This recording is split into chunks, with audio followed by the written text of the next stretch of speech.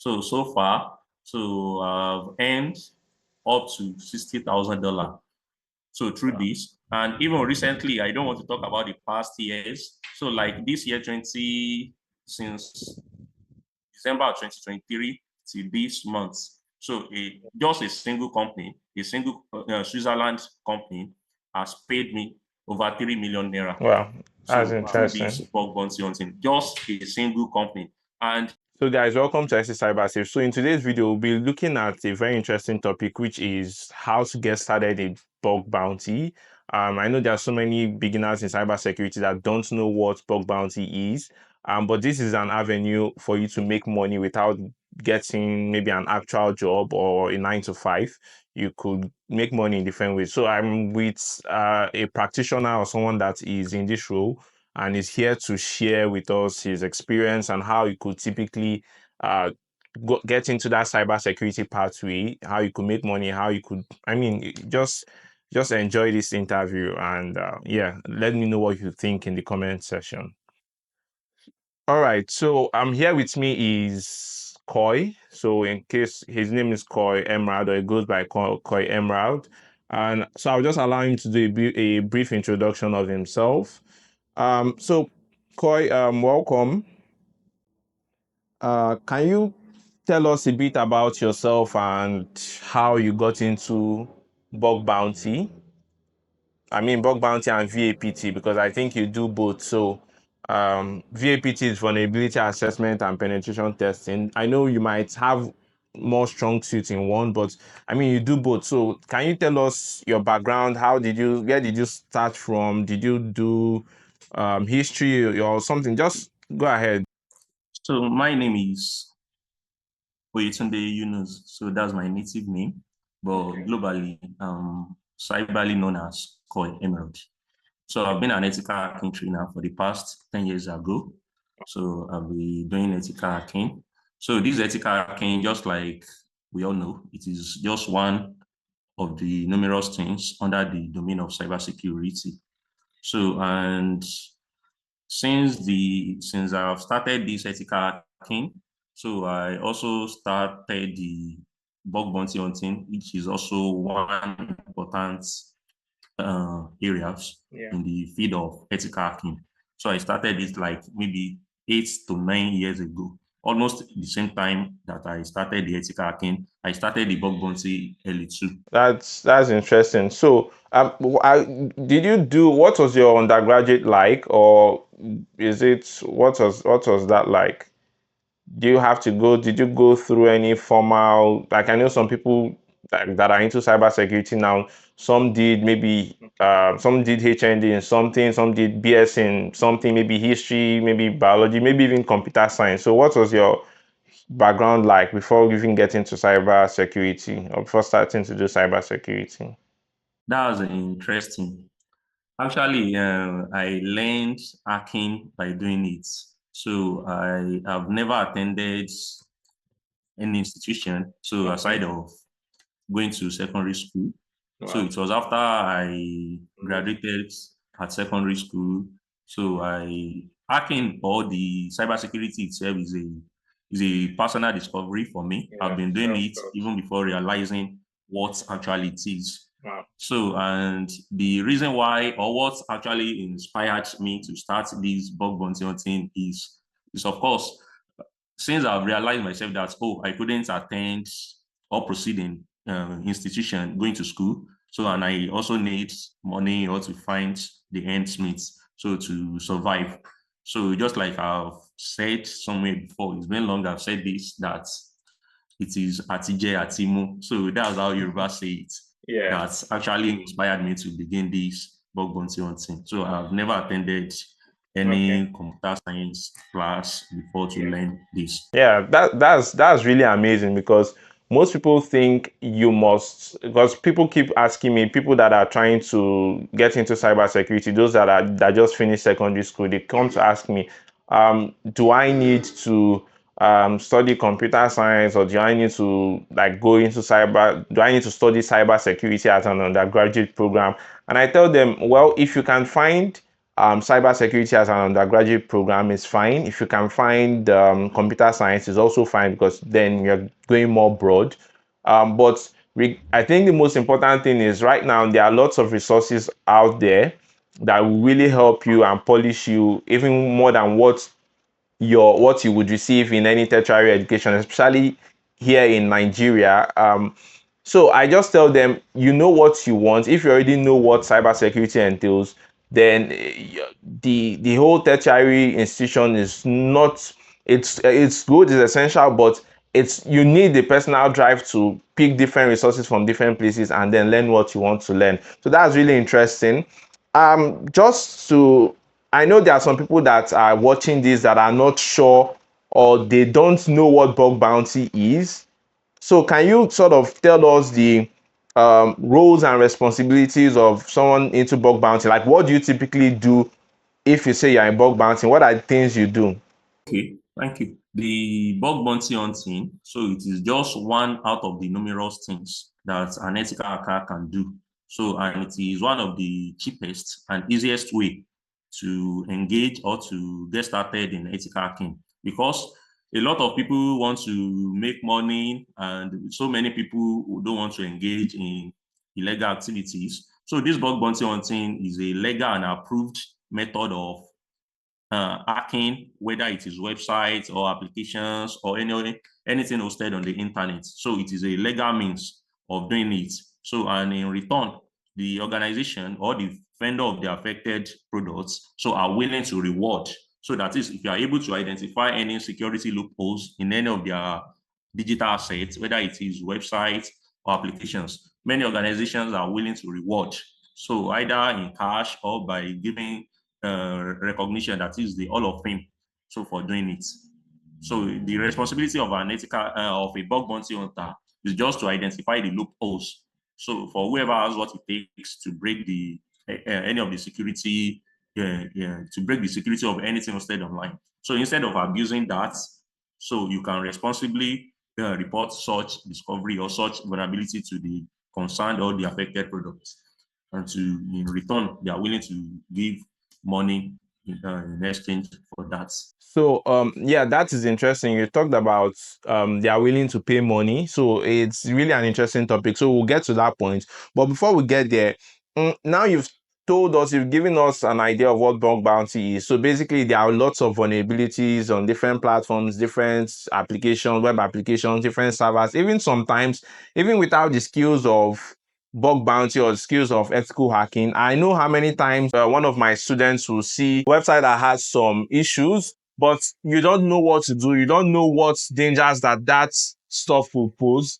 In a way, this is what differentiates a normal person from someone that is in bug bouncing. Someone that has the concept of VAPT and who is also into bug bounty can easily say, "Oh, this is looking like a vulnerability. I can easily report this to the organization using the knowledge I have." So what are the skills and knowledge that are sort of essential for someone that is starting into bug bounty or ethical hacking or VAPT in general? What are the things they need to learn? Do they need to learn networking, or what are the things so that those that want to get into this pathway would know what to do? For the bug bounty hunting, so the actual knowledge or the essential skills that are needed before someone can participate or engage in it, so it's curiosity, because the bug bounty hunting is 100% hackers' role. That is, it is only hackers that can participate in it.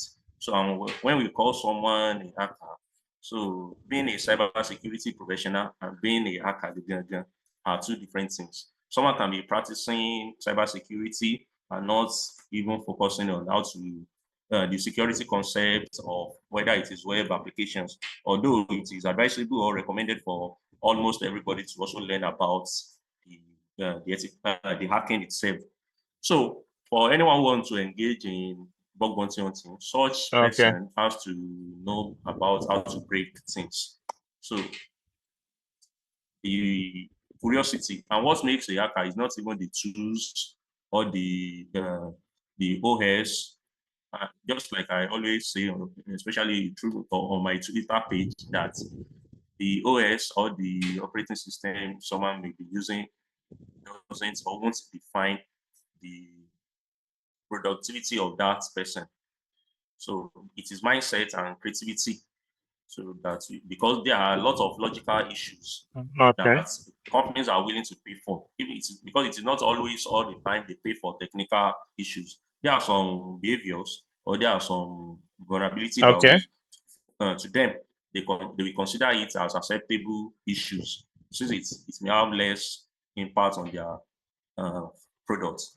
So once we focus, we know about the security concepts or anything that will affect both the confidentiality, integrity, and the availability of that is CIA. Anything that will affect both any of these, so it's considered once we possess the skills and the knowledge. There are some issues that even the company may not be aware of them. So if you can prove it to them that, oh, if they did not take care of this, so it can lead to this. As long as you can give them the proof of concepts that, oh, this is a serious issue. And you could also explain how negligence or ignoring such thing could damage either their reputation or the availability of their products. They are willing to pay for it. So one just have to become a hacker. So you must know how to break things. So before you can engage in it. Okay. So typically, from what you've said, that means one needs to have knowledge of ethical hacking, which is like very important. So this leads me to the next question. So what are the tools that one requires, or what are the technologies that one requires to be able to get into this line of or this pathway of cybersecurity? I know some tools could be Kali, but are there specific other tools that you can share with us? Tools don't make hackers. Hackers build the tools. Okay, interesting. So Interesting. the important tool that someone needs to have before he or she can be successful in this bug bounty hunting is to work on his or her skills, on the mindset and the brain. As we all know, we have the hardware and the software and the humanware. Both the software and the hardware, they are useless. So without the operators, the person operating them. So even no matter how good the tools, any tool may be, whether it is any program, so no matter how good it is, so if someone cannot understand the full scope of or the in-depth knowledge of the flow of an application, so there may not be a positive result. So there is actually no specific tools that is required. As I am, for an instance, I've never even used a Linux to carry out any of my hacking operation since the past 10 years ago. So I've always been a Windows user. So, so if truly, or if tools, or if there is a specific tools that are really required, so I would have been forced to switch to the Linux because Linux comes with a lot of pre-installed hacking programs. But on the contrary, when it comes to bug bounty hunting, so there's not any specific tools. Even the companies you are working for are not even expecting you to be running the automation method or to be carrying out because they can also afford those programs. They also have their own hackers working for them. So if you are using any tools or any scanners to send them the report or to Yeah. investigate their assets, so the chances of getting the duplicates so it's very high. So and they don't pay for it. So they believe that oh they are already aware of that particular issue. So hacker just has to focus, or the researcher just has to focus on the mindset and the creativity. So creativity is the most important thing when it comes to bug bounty hunting, ability to think logically. So there are so many hackers that have severally got paid simply for reporting the logical business logic error issues. So they don't even focus on the tech part, the technical part. So there's not any specific tools that is needed. Okay. Okay. That's interesting. So my mindset has always been although I knew about maybe the logical parts and maybe the operational parts of the way this organization operates it could lead them to some form of vulnerability and all operational vulnerabilities or issues. But I was always, and most people always think more of the technical parts when it comes to bug bounty. They'll think, Sorry for interrupting you. So when it comes to the technical parts too, of course, we have the list of vulnerabilities is long. So there are too numerous vulnerabilities. So that do affect the web applications. And I'm happy to let you know that even those technical issues such as SQL injections, the open URL redirection, so HTML injection, cross-site scripting, and so yeah, many so of them. So there are still yeah, lots of ways. One unique things about me is that all these vulnerabilities that look more yeah. technical, so there are still other advanced and unique manual ways of identifying them. So even without running any program. That's really interesting. I would also love to, I would love to learn that, because I think most people are always, and that's the problem I always say, especially with we here in Nigeria, we are always end users. We just like using tools. We go to Kali, we just use one tool. But these tools are created by people. I think that I was supposed to do a video relating to that. I think we should try to see or try to be the ones creating these tools and not always trying to automate everything. There was a particular job role I saw, and it said something like manual ethical hacker needed. I think it was Bank of America or something. I was like, which one is manual pen tester needed? So it was when I started making research that I knew that they were looking for someone that is not just going to use all these tools, existing tools, to just scan and scan and scan. They needed someone that could like check these things without utilization of tools, and then also maybe in the end go hand in hand. So it's really interesting. I would really love to learn more about how you do those things, and I'm sure that people that are watching would also want to learn from you, or learn most of these things that you talked about. We last spoke about you having the ability to manually identify some of these vulnerabilities without even needing to. So now this leads me to the 10th question. Um, are there any particular platforms or resources that you would recommend for learning and practicing these skills? Because I know so many people will be like, oh, how can I learn this bug bounty? Is there a course? Is there a program that I could typically learn from and that will guide me towards going into this pathway? Okay, so since especially through my social media platforms, I've also received similar requests that, oh, Koi, we are also interested in learning this bug bounty hunting, or even some have also explained their encounters that, oh, they've tried severally on how to identify a particular loopholes and they've not been successful in reporting a valid issues. So therefore, since the beginning of this year, so I drafted a course. So I created a course, so tagged specifically for this bug bounty hunting. So to simplify the processes and make everyone to bring more people into this bug bounty hunting. So and to simplify the process and to help them to break down the process. So by mentioning the working methods for them on how they can easily Okay. identify these Okay.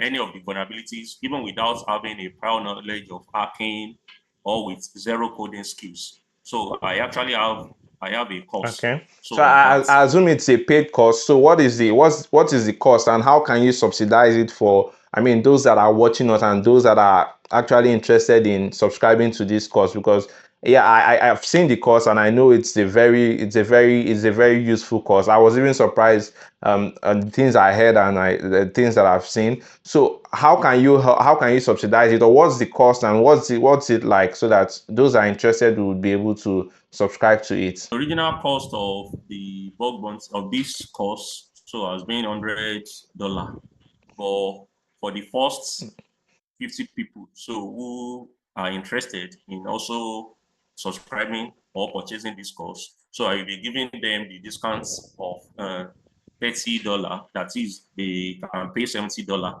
so which is equivalent to maybe around 100,000 in Nigerian currency. So Okay, so that's really interesting. So thank you for that. So for those that are really interested in learning bug bounty, you want to go further and you want to explore this, get knowledge from someone that is already doing this and not just doing it, someone that has made money doing it. So we'll talk about that. You need to consider go to the description, click on the link there, then it will take you to where you can subscribe for the course. So it's really, I'm sure you would really find it useful. And I think if I'm not mistaken, you have live sessions in the subscription, right? of course, yes. For the subscribers, there will also be aside of the live session, so there is also a learning platform. So to meet with other subscribers too. So to learn together. So through that platform, so I also offer mentorship on this bug bounty content course too. So plus the live session through the Google Meets. Yeah, so that's really interesting. Thank you for that, really, because I think the problem most beginners have or most cybersecurity enthusiasts have is that you might be willing to learn something, but one, you might not have enough push. You might not have people to push you. You might not have people to encourage you. You might not have people to say, "Oh, I've done this. Have you done this?" Yeah, there's what they call them in cybersecurity. I can't remember the name. Just cybersecurity bodies. I can't remember what it is, but what is good about this is that you have people that also subscribe with the course with you, so you can also reach out to them. If there are any issues, you can share on the group. They'll say, "Oh, this is how I did it. This is what I found." Even success stories, people say, "Oh, I got this job. I did this. I did that." So it's going to be really beneficial. And then the most important thing, which you don't really see in most places, is the live sessions. So live sessions are really important because then you get to speak with the tutor directly, so you're not just watching any random video on YouTube, which is like the difference. If you go to YouTube, you would see lots of videos you just watch, and in the end, when you have questions, you leave them on the comment section and nobody's responding, or you have questions and even when you get response, it's not so clear.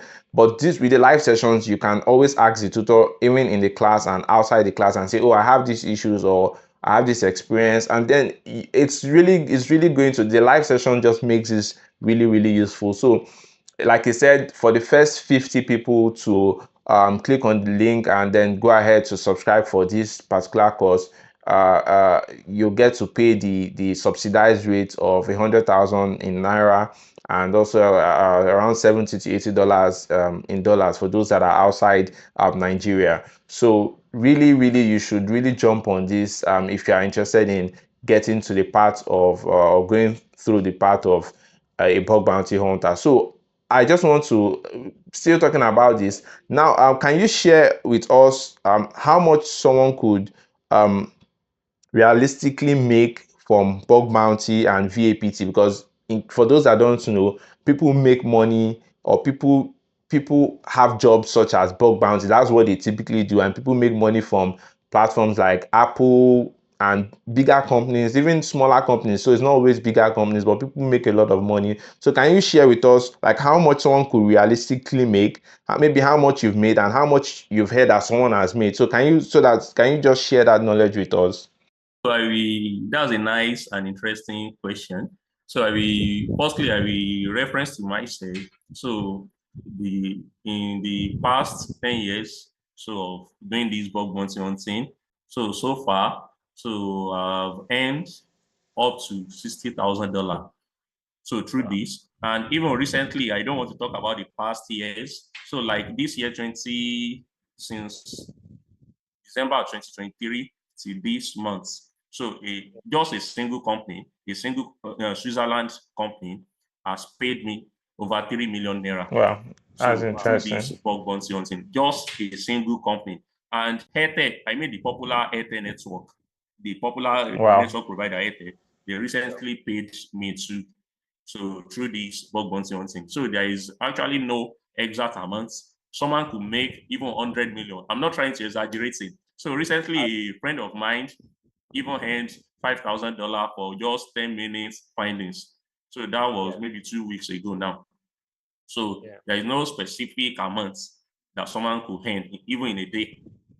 So I think that's a really good response, because I know in my own experience, I know that um, while some people could make a lot of money maybe in a day, some make it in months. It all depends on, first of all, the company that you're doing the bug bounty for. Some will pay higher. Obviously, if you are doing bug bounty for Microsoft or Apple, so there are different factors that determines how much you make. But typically, people make money from this platform. So still speaking about the money, what are the avenues through which one can make money in bug bounty and VAPT? Is there like some websites you can register to, or do you reach out to this company? So what are the ways, if there are more than one way? Okay, there are some factors to consider before identifying or recognizing that, oh, this particular company or organization is willing to pay me for responsibly reporting an issue to them. So firstly, we have some platforms, reputable organizations that serve as intermediary between the ethical hackers, between the researchers and the companies. So that is companies like Apple, Google, Microsoft, and including some banks Companies. like Western Union and all other organizations have registered in these platforms too. So whoever has what it takes. So a bug bounty hunter that is an ethical hacker or a researcher that wants to hack and get paid can just go to any of these platforms and register as a researcher, then pick the program, then begin the operation. So we have programs like Akawan, Yes We Have, Integrity, Issue Hunts, Bob Crowd, so and even Sign Up. So we have so many of them, and they are very reputable organizations. So a lot of companies there. You just have to go there as long as you've acquired the skills of to hack the web application, you have what it takes. So you just have to go there to register in any of these mentioned programs. So register there and select any of your favorites or any programs. So, and there are still other advanced way. There are still other advanced and unique ways of identifying or finding a private companies. Because bug bounty hunting can be competitive, so it now takes a lot of people also want to make money. A lot of people are now engaging or coming into this field. So, but in my course, I've simplified and mentioned the unique ways to Ways. identify the websites or the companies that have less or little or even no hackers that are working with them. Wow. Although they are willing, they are ready to pay, but no Yeah. hackers have discovered them. So I have many companies like Yeah. that, so that I've used my own method to identify them. So Yeah. So it's really good, because you mentioned that it's like all these things you stated them in the course, and I'm sure people would also have more questions. So again, this is another avenue to quickly consider subscribing to that particular course. You would really enjoy it. I would also be there. So if you have any questions, if you have any thing you need to know, again, I'm not in the ethical part of cybersecurity. I'm more into the blue teaming part of cybersecurity, where we just do monitoring and defense. I'm not more into the offensive part, which is the ethical hacking and all this other part. But I would also be there. So if there are questions, if there's anything, you have more than two, at least you have both I and Koi, and then other maybe one more tutor that could also be there to guide you throughout this journey. So that is really interesting.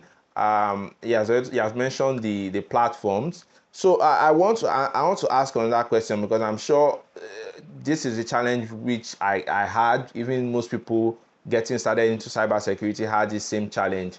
Um, you could you probably started cybersecurity, you finished learning the basics. Now you are looking for an entry role job, and it's been a while and you're not getting any entry role job. Some just get frustrated. Oh, I've finished learning, I've taken ISC2 CC, I've taken CompTIA certification. And I always tell people certifications are really not, it's not something you always, it's not, once you get certifications or not, it does not guarantee anything. So I will link that video also in the description. You can watch that video, or you can check out the cybersecurity playlist. Certifications are not so, they are good, but they are not what you should so much bother yourself about. So it's really important that we find ways or other ways in which we can make money aside just sitting and waiting for 9 to 5 jobs. So I know some platforms like, because I've used Upwork, I've used Freelancer, I've used Fiverr, which Fiverr is sort of my favorite. And these are ways I've seen people make money. I've seen people doing bug bounty. I've seen people assisting people to find vulnerabilities in their applications, in their operations, in lots of stuff. So there are ways in which you position yourself after getting this knowledge that would assist you to make money on those freelancing platforms. So as a freelancer, you don't need to sit down, or you have your time. You don't need to sit in any 9 to 5 job to make your money. So I'm sure in this course also you will gain all this knowledge. You will see how to create a Fiverr account, Upwork account, and those stuff, and how to set up yourself in a way that you get called, or you get these gigs or these jobs, like people call it.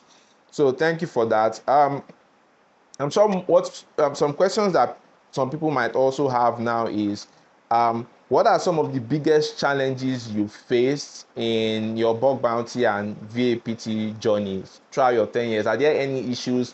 Again, when I'm talking about issues, I'm talking about during the bug bounty, or maybe legal issues, because I know there's obviously a legal line when it comes to what you do. So are there any challenges or issues you face, or maybe there are none, but I would like to hear that. Firstly, the bug bounty hunting is not illegal. So that is, it is legal. So it is an approved method. Yeah. So therefore, there is not really any legal consequences in engaging in it. However, there are still some frustrations. So I won't sugarcoat this. Yeah. So there are still some frustrations. So sometimes it takes patience, because like maybe last year, so when I ethically hacked Google, Apple, and Microsoft just in a month. So, and till now, so I'm still the only recognized security researcher, so by Apple, so in Nigeria now. So it took me almost a year before the Apple could fix one of the critical issues that I reported to them. So therefore, the time or the patience can be one of the factors. So sometimes you just have to exercise more patience, because it can be frustrating. Oh, are they not going to reply? So because sometimes we even be giving them tough time at their own ends before being able to reproduce or fixing a reported issue. And again, the other challenges of issues that a bug bounty hunter may also encounter could be getting the duplicates. Sometimes your findings might be marked as duplicate, that, oh, Koi, this has earlier been reported by someone before you. So, but so that you might have even spent many hours before identifying that issue. So, like currently, so I've submitted like 13 issues to AT&T, the popular network, one of the popular network providers in US, AT&T network. So I reported, like, this will be the 14th day. So yes, I reported like 16 or 14 issues to them. So they marked the 13 out of that 14 issue as duplicates. So some they mark some as informative, that, oh, it's not, there's no any serious impacts in them. But one out of that 14 submitted issues, it is only one now. So they are likely to approve that one. So that one, they asked me to wait. Even till this one, they said, oh, Koi, wait, we are still trying to investigate to determine the severity of that issue. So the most challenges, the most difficult challenges in this bug bounty hunting is delay or getting the duplicate response. So maybe if you report something, once you reported anything to the company, they say, oh, what you reported to them has been reported earlier. So, the bug bounty hunting is a transparent something. So company has no any reason to even tell you otherwise. So it is very transparent job. It is not it is first come, first served activity. So that's just it. The only challenge that is there. Aside of that, there is no any other legal issue, no police case, or no any law enforcement officers. Because even most of these law enforcement officers, so especially the international police, they also have this VRP program, which is vulnerability reward program. So it could be the BBP or VDP. So it is legal. So there's no any cause of alarm or worry. This is really interesting. I'm sure most people are hearing terms that they've never heard before. So these are the things that again you would learn in the course. So moving forward, what would you say you find most rewarding as being being in the line of bug bounty and penetration testing? What would you say you enjoy mostly about it? Because some people have that challenge of, oh, how do I know I would really enjoy going into this pathway? Because there are lots of pathways in cybersecurity. There's the GRC, there's the red teaming, or there's maybe incident responders, there's the reverse engineering. There are different pathways. So how would someone know, okay, if I decide to get into this pathway, I will most likely enjoy it? What has it been like to you? What do you find most rewarding? Is it the money, or is it you finding out the actual vulnerabilities, or what do you find rewarding in this pathway? Firstly, in all honesty, money is motivation. So getting money is a motivation itself. So, but beyond the bounties, beyond the money that someone will be deriving from this bug bounty on team, so it also exposes someone and also improve the ethical hacking skills. Because so generally the most interesting parts of cybersecurity is ethical hacking. So and this bug bounty hunting, it only involves hacking. So you break things, so you secure it. Wow. So even engaging with different companies, for example, it exposes me to a lot of developers. It allows me to interact with a lot of security team in many organizations. So if not through the hacking, and it also allows me to meet with different hackers across the world. So there is no discrimination in hacking. So everybody are mates. So we share knowledge together. So it exposes us to latest threats. So and to know more about any vulnerabilities or any discoveries. So it is 100% interesting and fun. So and beyond that, we still be earning, and also even if it is getting the fame or recognition. So this bug bounty hunting also allows that to be possible. As I am now, it is through this bug bounty hunting that I got recognized by the Kwara State government.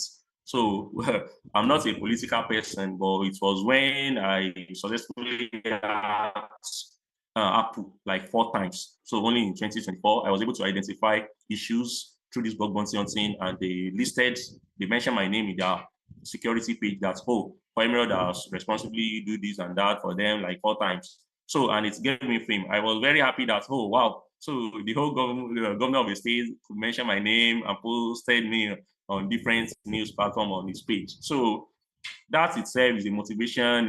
It helps me to keep going, to stay positive. And beyond that, it also allows me to contribute to the safety of the internet.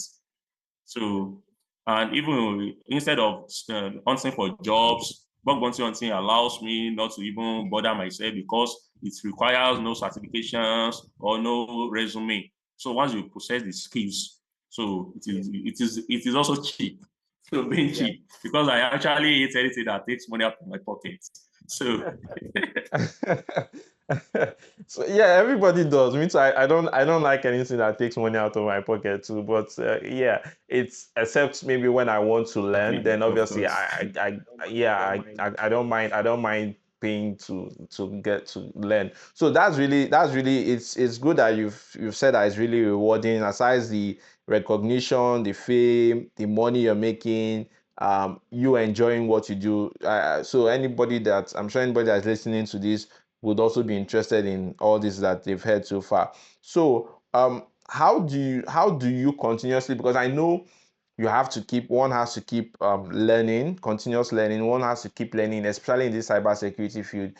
What was, for example, today now, what we used to call man in the middle attack is now what they call on path attack. That's ON-PATH. So things are changing every day, especially in the cybersecurity world. And so how do, in your own line, how do you get to stay ahead or how do I put it? How do you remain valid, or how do you retain your knowledge or how do you improve your knowledge in this path? think the perfect way to keep updating someone in this field is to keep hacking and keep doing it responsibly. Because the more you hack, the more you get exposed to people. This it works like this. The more they review their codes, because once we report an issue to the company, they change their code, they will update it.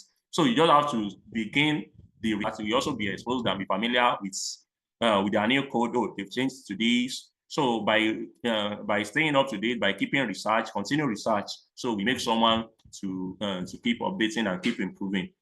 So in this fit. Okay. Okay. Yeah, thank you. That's really interesting. So, can you sort of what advice would you give to someone that's beginners that are just getting started in maybe cybersecurity and are interested in this bug bounty and VAPT? What do you tell them? Someone should come and meet you now and say, I'm interested. I want to get started. How do we get started? So I know you've said one. The person should at least consider subscribing to this course. So what would you tell the person again if the person wants to get started? What are the things you would tell the person? I wouldn't advise their first motive to be the making money, although it is 100% certain that they will get money. So no knowledge is waste. It is 100% certain, because bug bounty hunting itself even Yeah. only focuses on that money making. So it is a way to monetize their acting skills. But as a beginner, I will advise anyone who is interested in learning it to just be more curious in learning, in acquiring the skills. Once you understand what it takes, like immediately, it was maybe January, yes, January or the early February of this year. So when I started selling the course, I'm 100% sure few of those, maybe like about 20% of the subscribers of my course, after they purchase that course, it is not even been up to a month, they started making the money. So, but if their motive has been Making getting money. that money, they won't even pay attention to understand the logic behind it, how to penetrate, how to do it. Yeah. So, but if someone is curious to learn, to acquire the knowledge, so the curiosity, they should just be curious and ready to learn. And again, so they should not rely on the use of tools, of any tools, whether it is Linux or anything. They should just believe in themselves. Oh, yes, because tools they are just like a set of instructions of another programmers. So once you rely on the use of that, it means that you are still working in the domain of that programmer. So a hacker must be someone that is willing to think outside the box. Yeah. If someone wants to easily catch the bug and the severe issues, so a worthy and rewardable vulnerabilities, they shouldn't rely on the use of another programmer's program. So I don't see any of these scripts I wouldn't be able to do. Although those tools are also meant to save the time and the stress. But for the bug bounty hunting, Yeah. the companies are more interested in something unique, in your own in personal findings. If me and you are running the same tools and we are testing the same targets, so there is chance that probability of getting the same results is very certain. That, oh, we are using the same. For example, we are running the SQL map. I'm also running the SQL map, and I'm testing the same targets. For emerald.com as an example now, I'm testing it. You are testing it. So and we are using the same scanner. So we will get the same outputs. My own network strength may just determine or may affect the outputs results. So even though That's they really will eventually be using the tools or any programs, it shouldn't be their first option. So okay. I also have some scanners. So Yeah. mostly I use like Akunetis. So I use Yeah. Akunetis only that. But it is my final result, something. It's not just something that, oh, I have a target now. I begin the operation with it. So I even use it for something that I don't really want to do, for lazy job. So that's what I use those scanners for. Okay. Now let me just get, do it anyhow. So bug Yeah. bounty hunting involves the manner. Okay, that's really I'm really what I've heard so far. I'm really blown. I'm really surprised because I think most people have this different knowledge. Most people that are not into it have this different concept of what bug bounty actually is. But I'm sure once people subscribe to this course or once people get into the course, they would get to hear more. So you said something really important, which I keep saying and I say it every day. If you are getting into cybersecurity, because now cybersecurity is everywhere, everybody's hearing cybersecurity, and it's mainly because of the money. I had one of my students reach out to me, and he asked me, um, how much do entry-level cybersecurity staff typically make in Nigeria? Because I saw that in US they make I think $95,000 per year, blah blah blah. And I told him that exactly. So actually, he has gone through some of the programs and also is trying to get a job. So I was not telling him that in Nigeria, there's no specific amount that you can say is the salary of cybersecurity professionals, because one, it depends on your role, it depends on your career, your cybersecurity pathway. Because someone that is into maybe malware and reverse engineering might be making more money than someone that is maybe in a SOC, that is in an SOC, because there are some roles that are difficult to find people doing those things. So obviously, those people might be paid much.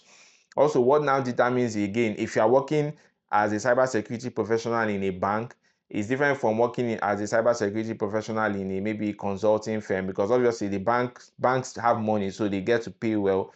It's different from working as a cybersecurity professional in maybe a startup or in a fintech. So these things play different roles as to how much you get paid. But then I now told him that maybe you might be looking at I'll just give him like a basis. I said you could be looking at maybe 150 as entry. That's even if you get a good paying job. And then his response was, I can't remember his response. So I said, is it not what you expected to hear?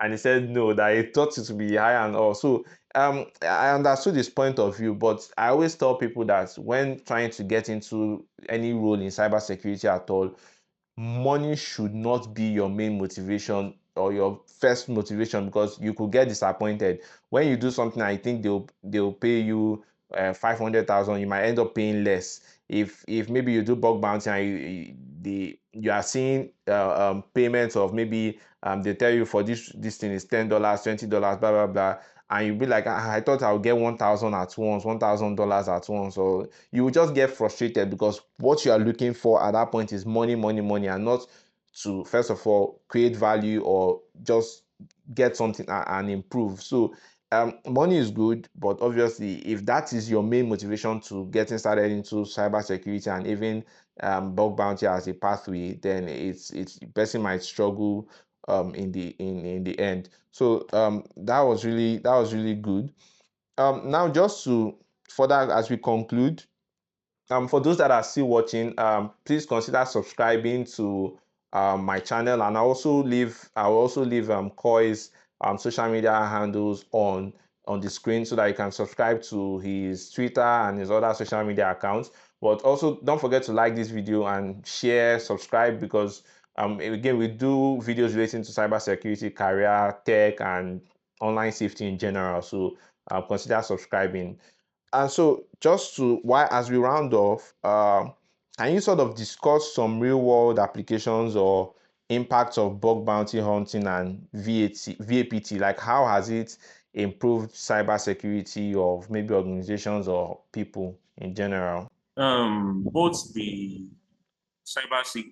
bug bounty hunting and conducting or offering penetration testing service. So has helped both the organizations and the researchers. For example, it allows the researcher to monetize their skills, because we have a lot of good hackers that they also want to make money. So instead of abusing their knowledge, so they can easily divert their hacking skills and begin start to participate in the bug bounty hunting. So it serves as additional source of income for the researchers, for the ethical hackers. So, and for the organizations too, it also helps them to improve Okay. their security. So, because if a researcher has any discovery and responsibly reports it to them, so it creates a mutual relationship Yeah. between both the hackers and the Yeah. organization. It's bridge the gap. So even before the malicious hackers, so whoever Yeah. wants to hack, so even the malicious hackers, they also want to hack. may consider that, oh, this company has a bug bounty program. So instead of doing shit, let me responsibly, everybody wants to earn money in honor.